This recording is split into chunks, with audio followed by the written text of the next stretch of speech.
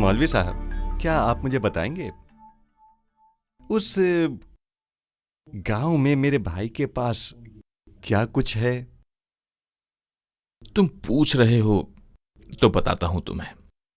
उसकी एक बीवी, बच्चे और एक घर भी है। उसके पास जमीन है जिस पर वो खेती बाड़ी करता है। तुम्हारे भाई की वहां बड़ी इज्जत है।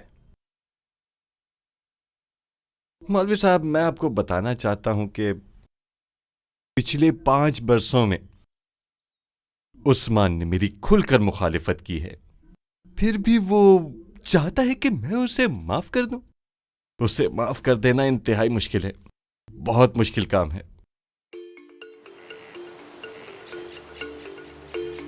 और हम चलते गए, चलते गए, चलते गए, और हम एक ऐसे मकाम पर आ पहुंचे जहां से सड़क मजीद 2 सड़कों में तकसीम हो गई थी।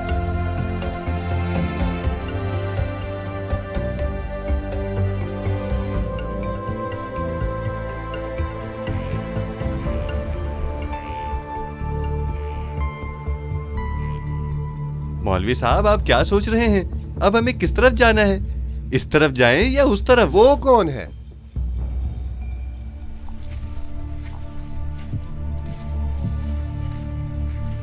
अस्सलाम वालेकुम। वालेकुम अस्सलाम।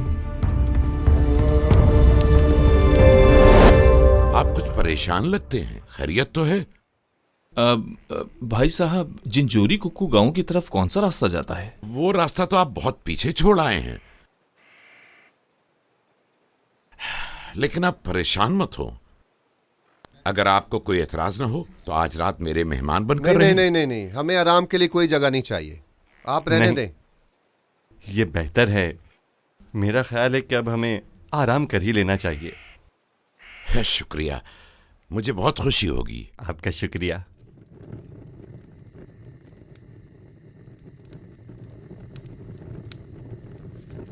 अच्छा, तो अपना नुकसान पूरा करने के लिए तुम उसका सब कुछ ले लोगे? क्या तुमने सोचा है कि ऐसा करोगे तो उसके पास क्या बचेगा? तुम सोचो तो सही। हाँ, तो और क्या करूं? उसे माफ किया तो जिंदगी मेरे लिए मुश्किल हो जाएगी। इब्राहिम, एक वाकया सुनाऊं? जी हाँ, वाकया सुनना तो मुझे बहुत पसंद है। सुनो इब्राहिम, ये वाकया हजरत मूसा के क़ससुल अंबिया में से है। पहले मैं तुम्हें हजरत यूसुफ और उनके भाइयों से मुतालिक कहानी का तारुफ करवाता हूँ। क्या तुमने ख्वाब देखने वाले हजरत यूसुफ का वाकया सुना है? हाँ, मैंने हजरत यूसुफ के मुतालिक सुना है, लेकिन पूरे वाकये का इल्म नहीं है मुझे। हजरत यूसुफ एक नौजवान थे और उनके वालिद उनसे बहुत प्यार करते थे।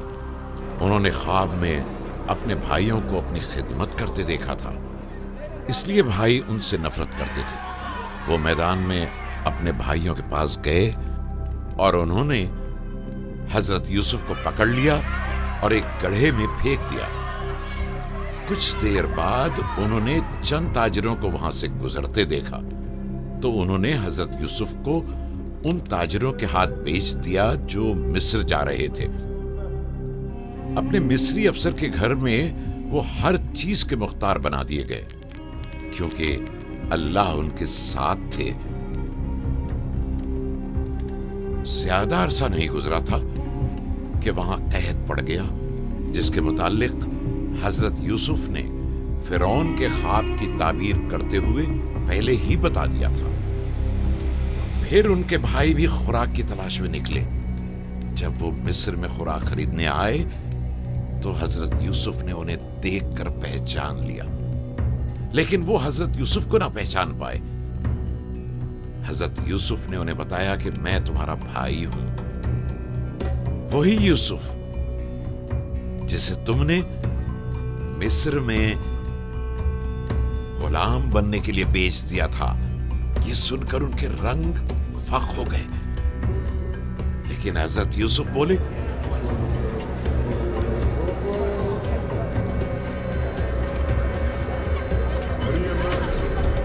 परेशान मत हो, क्योंकि अल्लाह ने मुझे यहाँ जिंदगियां बचाने के लिए भेजा था।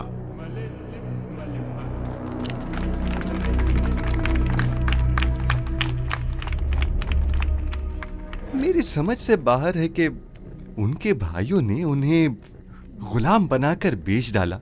अब उनके पास अपने साथ किए जाने वाले जुल्म का बदला लेने का पूरा इख्तियार मौजूद था। लेकिन मुझे एक बात बताओ, हजरत यूसुफ ने अपने भाइयों को देखा तो क्या महसूस हुआ? मुझे लगता है वो समझ नहीं पा रहे थे कि क्या करना है। वो बेबस थे और रो पड़े। नहीं, ये उनकी कमजोरी नहीं बल्कि अल्लाह की रहम की कुदरत कार फरमा थी। जब कोई जुल्म करता है तो हमें जरूर अल्लाह से उस शख्स को माफ कर देने का रहम और हौसला मांगना चाहिए। यानी ये कि आपके कहने का मतलब है कि अल्लाह हर वक्त यूसुफ के साथ था, गुलामी और कैद के दौरान भी। बिल्कुल, जब आप अल्लाह के साथ हो तब ही आपको ऐसे काम करने की सादत नसीब होती है। जब आप अल्लाह के ताबे हो तो आप गौर करेंगे कि उसकी कुदरत ने आपको बदल कर रख दिया है। मुझे नहीं लगता कि मैं इस तरह कभी भी अल्लाह की कुर्बत में आया हूँ जैसा कि हजरत यूसुफ थे। मुमकिन है कि अल्लाह तुम्हारे दिल में एक नई जिंदगी फूंक रहा हो, ऐसी जिंदगी कि तुम उसकी कुर्बत में आ जाओ और तुम्हें ऐसी तौफीक मिले कि अपने जुल्म करने वाले भाई को माफ कर सको। तुम अपनी ही ताकत से तो ये नहीं कर पाओगे, लेकिन मेरे पास मजीद वाकयात हैं ऐसे लोगों के जो अल्लाह की कुर्बत में थे। अगर मुमकिन हुआ तो मैं तुम्हारे गांव वालों को भी आकर सुनाऊंगा।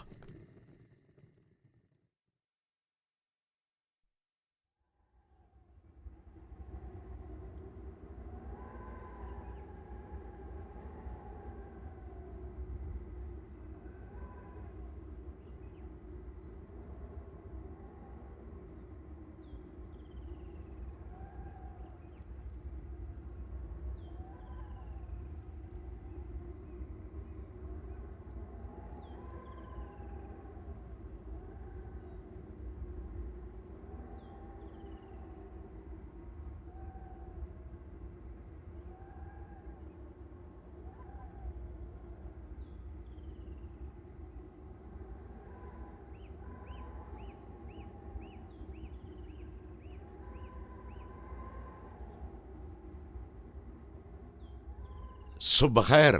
सुबह खैर। लगता है आप रवानगी के लिए तैयार हैं। जी मेरी दुआएं आप लोगों के साथ हैं। जी हाँ। इब्राहिम, इससे पहले कि तुम रवाना हो जाओ, क्या मैं तुम्हारे लिए दुआ करूं? हमारे लिए इससे बढ़कर इज्जत और खुशी की बात और क्या होगी। मुझे भी अच्छा लगेगा। आए मैं आप सबके लिए दुआ करूं। ऐ परवरदिगार, मैं इन भाइयों को आपके हुजूर लाता हूं। अपनी कुदरत से इनकी मदद फरमाएं क्योंकि वो एक सफर पर रवाना हो रहे हैं। मैं दुआ करता हूं कि गुजरी रात हजरत यूसुफ का जो वाकया सुनाया गया वो इब्राहिम के दिल में रहे। मैं दुआ करता हूं कि इस वाकये के वसीले से उसका दिल बदल जाए ताकि इत्मीनान इसके दिल पर राज करे। ईसा मसीह के तुफैल, आमीन।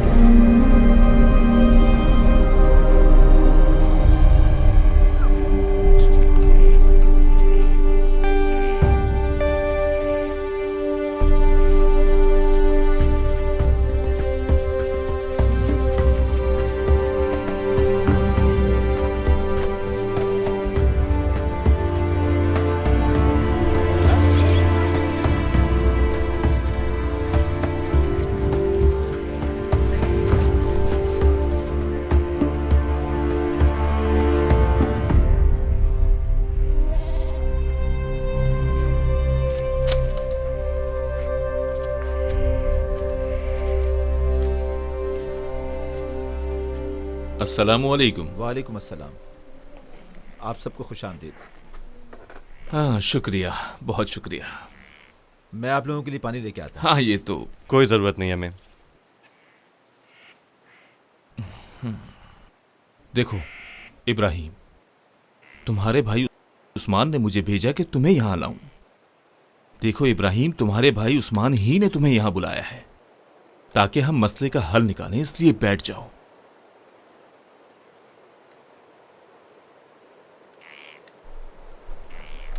इब्राहिम, मैं तुम्हारी मिन्नत करता हूं, मुझे माफ कर दो। मानता हूं कि मैंने तुम्हें बहुत दुख दिए हैं, इसलिए आज दिल से माफी मांगता हूं। खुदा के लिए मुझे माफ कर दो।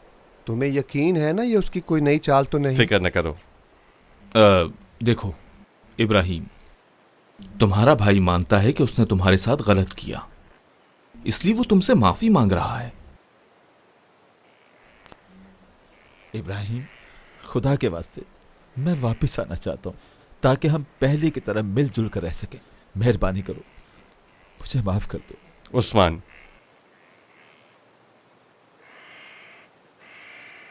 खड़े हो जाओ।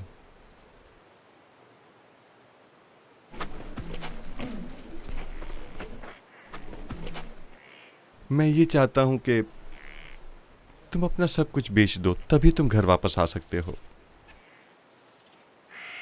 सुनो उस्मान, मैं तुमसे कुछ नहीं दूंगा। चलो घर वापस चलते हैं और पहले की तरह मिलकर रहते हैं। चलो तैयार हो जाओ। ऐ परवरदिगार, तू कितना अजीम है।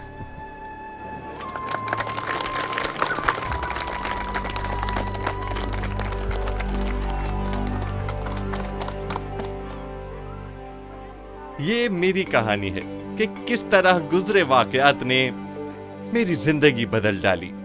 इसके बाद मैंने भाई याकूब से और बहुत से वाकयात सुने हैं, अच्छे अच्छे मजेदार वाकयात। इन वाकयात ने मुझे अल्लाह की कुर्बत में रहने का रास्ता दिखा दिया है। और ये किस्सा गो भाई सफर करके हमारे गांव में आए हैं ताकि वही वाकयात आपको भी सुना सकें। अल्लाह और अंबियाए कराम और ईसा मसीह के वाकयात और उनकी जिंदगी के हालात जो यकीनन आप सुनना चाहेंगे।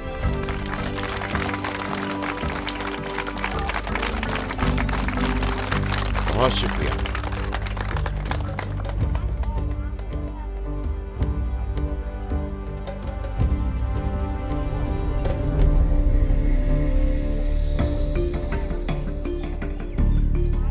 कैसे हैं आप सब? जो वाकया मैं आपको सुनाने जा रहा हूं वो ईसा मसीह की विलादत से मुताल्लिक है। अब ये ईसा अल्लाह की तरफ से भेजे गए थे। एक खातून जिनका नाम बीबी मरियम था, वो इंजील की कहानियों की सूरत में पेश करना दुनिया के दूर दराज और मुश्किल से काबिल रसाई लोगों के ग्रोहों तक इंजील पहुंचाने का आजमूदा और कारआमद तरीका है। किस्सा गो हजरात, खुदा और ईसा मसीह को ज़बानी सकाफतों के ग्रोहों में बाइबली वाक़यात, सहीफ़ाई गीतों और बाइबल पर मबनी ड्रामों और कहानियों की सूरत में पेश किए जाने वाले वाक़यात पर मानी और जिंदगी बदल देने वाले तरीकों के जरिए पेश करते हैं। लोगों को बेहतर और बामकसद जिंदगी गुजारने, ईसा मसीह से मिलने और आपकी मोहब्बत को समझने में मदद करती है।